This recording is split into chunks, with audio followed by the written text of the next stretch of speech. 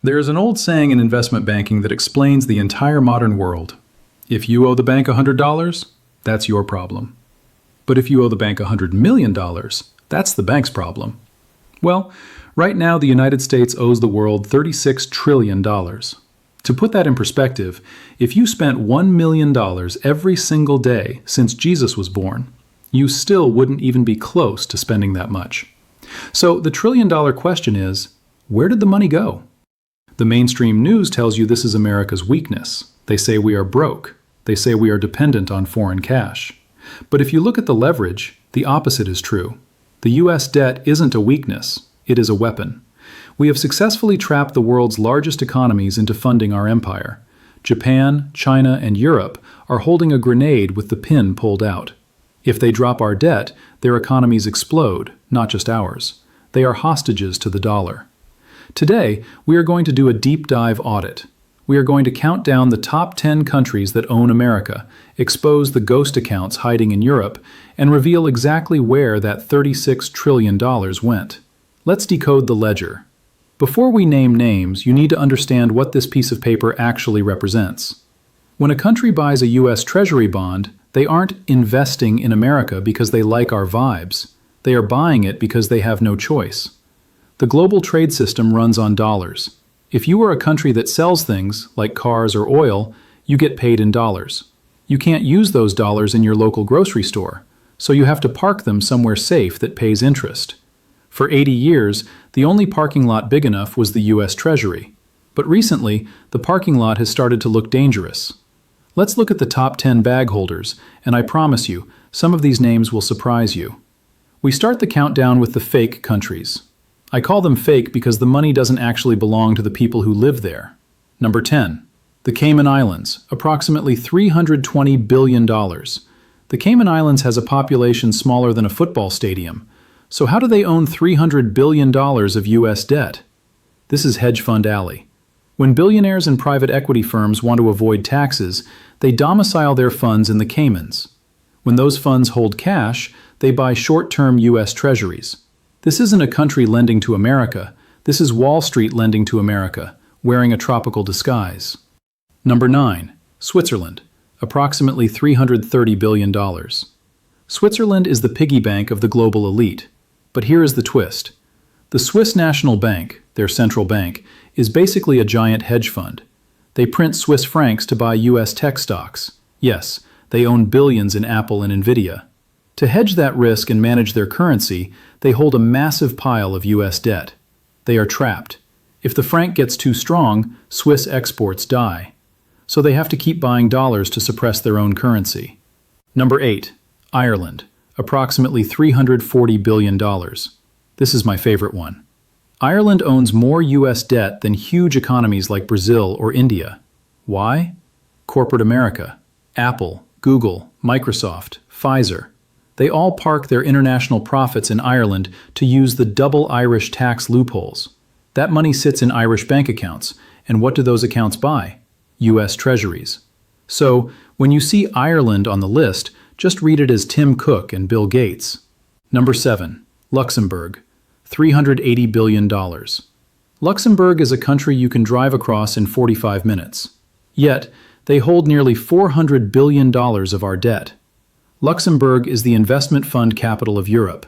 If you have a pension fund in Germany or Italy, it's likely domiciled in Luxembourg for tax reasons. This is the hidden wealth of old Europe. It's not the government of Luxembourg buying the debt, it's the retirement savings of the European continent. Now we get to the spookiest entry on the list. Number 6. Belgium, approximately $390 billion. Why does the land of chocolate and waffles own so much of America? Belgium is home to Euroclear. Euroclear is a massive financial clearinghouse. Think of it as a pawn shop for nations who want to remain anonymous. When a country, let's say Russia or China or Saudi Arabia, wants to buy U.S. debt but doesn't want the U.S. State Department to know it's them, they buy it through a custodian in Belgium. A huge chunk of this $390 billion is ghost money. It is attributed to Belgium, but it actually belongs to dictators and rivals who are hiding their tracks. Belgium is the mask. Number 5. Canada, approximately $460 billion. our neighbors to the north. This one is simple economics. Canada's economy is surgically attached to the US. 77% of their exports come to us. They need to hold massive reserves of US dollars just to facilitate that daily trade. They are the good vassal. They do what they are told, they keep the trade flowing, and they hold the paper. Number 4.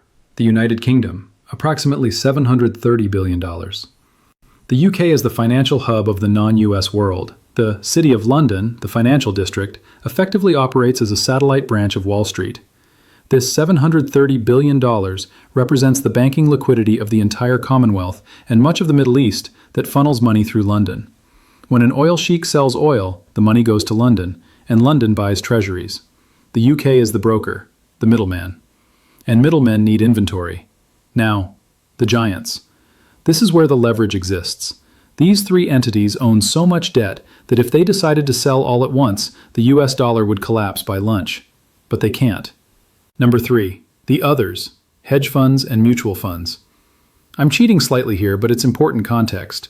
Before we get to the final two countries, realize that massive amounts of debt are held by US entities themselves, Vanguard, BlackRock, and pension funds.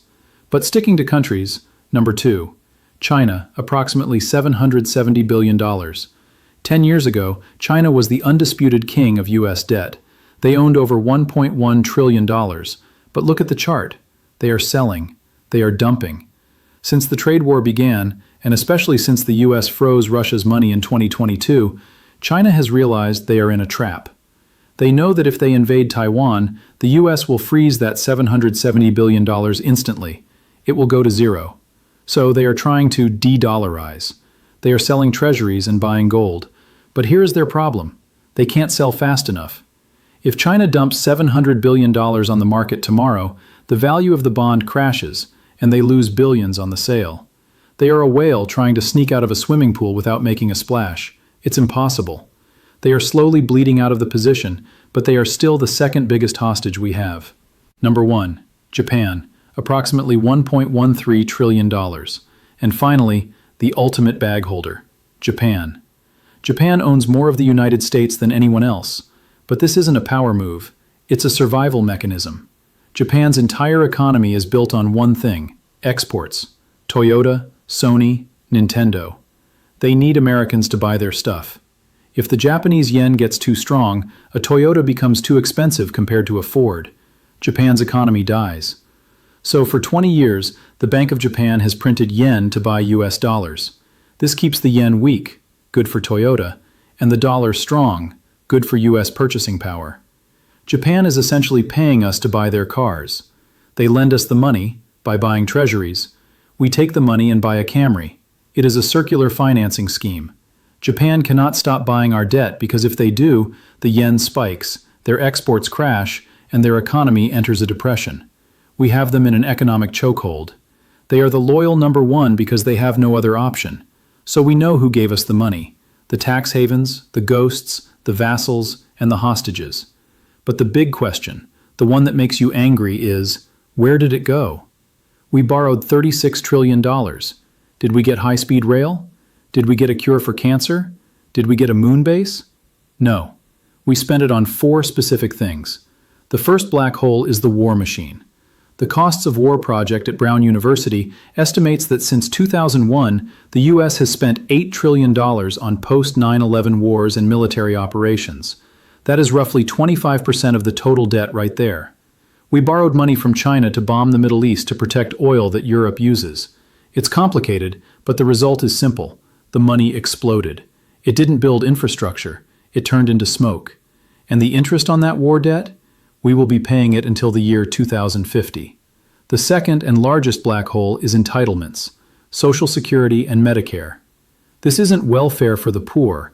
This is the government paying for the retirement and health care of the baby boomer generation. Roughly 65% of the annual budget goes here. The government collected payroll taxes for decades, but they didn't save it. They spent it. Now the bill is due, and the only way to pay grandma is to borrow more money from Japan. It is a demographic Ponzi scheme that only worked when the population was young. It isn't young anymore. Third, we have the too big to fail tax. In 2008, the banks gambled away the economy. We borrowed trillions to save them. In 2020, we shut down the world for COVID. We borrowed $5 trillion in 24 months to keep the lights on. We printed money to fill the holes that the crises created. We didn't invest this money. We used it as a fire extinguisher. And fire extinguishers are expensive. And finally, the most terrifying expense of all, interest. In 2024, the U.S. government spent more on interest payments than it spent on the entire defense budget. We are now borrowing money just to pay the interest on the money we borrowed last year. This is the mathematical definition of a death spiral. When you have to use a credit card to pay the interest on your other credit card, you are bankrupt. You just haven't admitted it yet.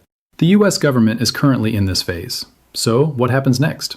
Japan and China know we can never pay this back. You can't pay back $36 trillion when you are running a $2 trillion deficit every year. The principal will never be repaid. There are only two ways this ends.